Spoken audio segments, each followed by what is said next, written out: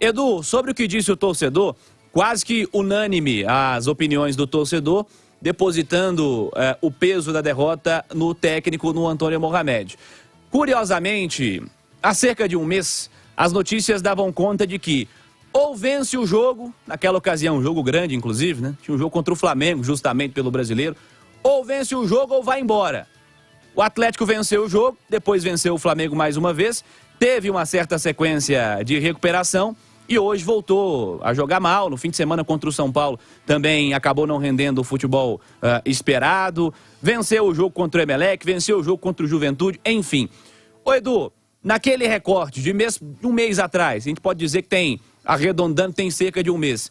O Atlético mudou de fato para até hoje? O Atlético perdeu tempo? Como você analisa essa situação, Panzi?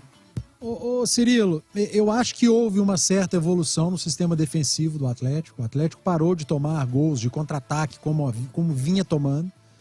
Mas para isso, ele teve que mexer do meio para frente, né? Ele não soube dar o equilíbrio ao Atlético sem mexer no que o time tem de melhor, que é a parte de criação. Parece aquele cobertor curto, né? Você cobre a cabeça, descobre o pé. Você vai cobrir o pé, você descobre a cabeça. O Atlético sempre foi um time que criou muito. O Atlético sempre foi um time que pressionava o adversário na saída, roubava essa bola e era dos que mais roubava. Inclusive, no início do Campeonato Brasileiro, era o líder nesse quesito, né? De roubar a bola no campo do adversário, pressionar a saída. Só que quando o adversário rompia essa marcação, o Atlético era espaçado.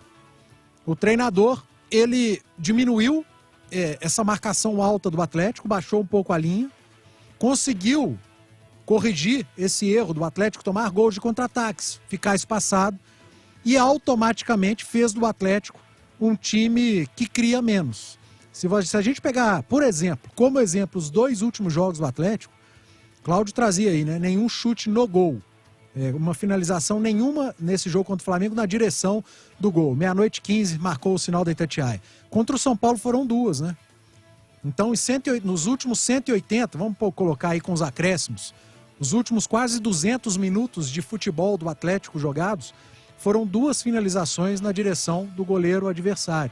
Contra o São Paulo, o Jandrei nem precisou fazer uma grande defesa, né? Talvez alguma finalização dessa deve ter sido um chute fraco, de longa distância, enfim. Eu não me recordo nesse momento. Então, o Atlético, se ele teve uma pequena evolução defensiva, diminuiu os gols de contra-ataque, o espaçamento entre a primeira linha defensiva e o meio de campo, ele deixou de ser um time que incomodasse os adversários lá na frente. Passou a criar menos, o Hulk passou a receber menos bola, consequentemente passou a reclamar mais, porque teve mais dificuldade, os laterais passaram a apoiar menos, os pontas passaram a chegar menos na linha de fundo, os volantes passaram a chegar menos lá na frente. Então, para tentar arrumar o sistema defensivo, o técnico se viu na obrigação e talvez não teve competência para dar equilíbrio lá atrás, sem mexer tanto lá na frente. Então, o Atlético passou a ser um time que sofreu menos defensivamente, mas criou bem menos ofensivamente. Então, isso para mim está muito nítido. O Atlético do meio para frente passou a ser um time que incomoda bem menos os adversários. E não pode, Cirilo. Um time que tem Hulk, que tem Nacho, que tem Zaratio, que tem Ademir, que tem volantes, são construtores, né? Não Keno, são apenas Vargas. brucutus, que tem lateral de seleção, que tem o Mariano, tem o Keno. O Keno ficou de fora dos últimos jogos, mas enfim, tem o Keno, tem o Vargas. Um time com esses atletas não pode ser um time que incomoda pouco.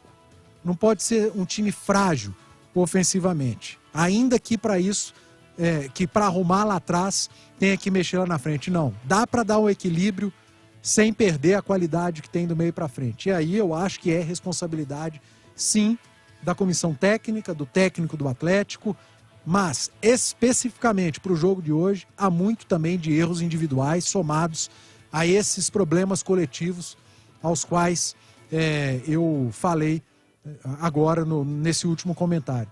Foi tudo muito ruim hoje, Cirilo. A gente só consegue achar uma coisa de positivo nessa noite do Atlético, que foi a atuação do goleiro. Sim. Porque se não fosse o goleiro, o Atlético teria saído com 4, 5-0 contra diante do Flamengo. E se não fosse, eu repito, o Flamengo ter pensado no geral, no campeonato, no restante da temporada e ter diminuído a intensidade.